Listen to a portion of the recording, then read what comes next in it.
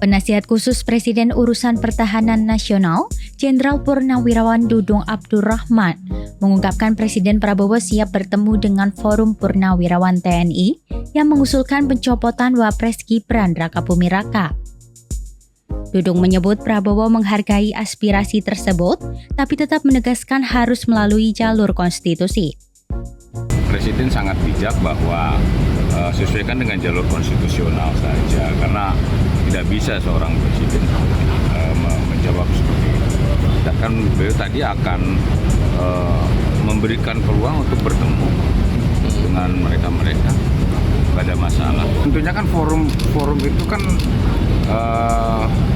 forum purnawirawan yang ada ini kan seperti PPABRI, PPAD dan segala macam itu yang resmi kan ya. Kalau semua mengatasnamakan forum purnawirawan ya tidak bisa seperti itu kalau menurut saya.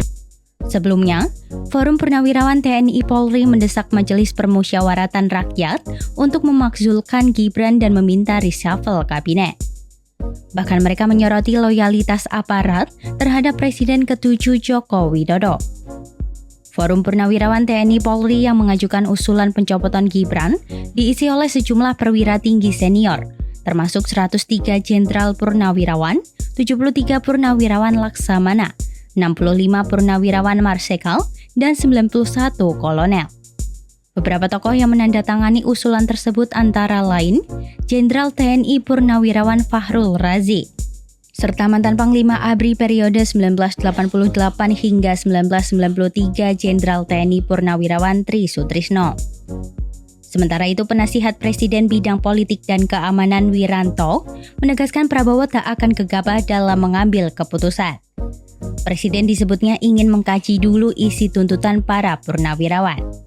Hal ini disampaikan Wiranto usai bertemu Presiden Prabowo pada 24 April 2025 di Komplek Istana Kepresidenan. Ya, yang pertama kan beliau perlu mempelajari dulu ya isi dari statement itu, isi dari usulan-usulan itu. Dipelajari satu persatu karena itu masalah-masalah yang tidak ringan ya, masalah yang sangat fundamental ya.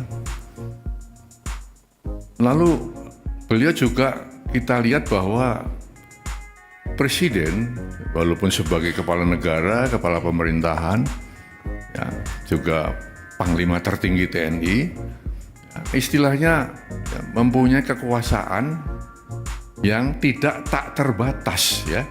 Artinya kekuasaan beliau, kewenangan dia terbatas juga. Ya. Dalam negara yang kita menganut res politika, ada pemisahan antara ya, eksekutif, legislatif, dan yudikatif. Tidak bisa saling mencampuri di situ. Maka usulan-usulan yang ya, bukan bidangnya presiden, bukan domain presiden, tentu ya presiden tidak akan ya menjawab atau merespon itu. Ya. Nah, lalu yang ketiga,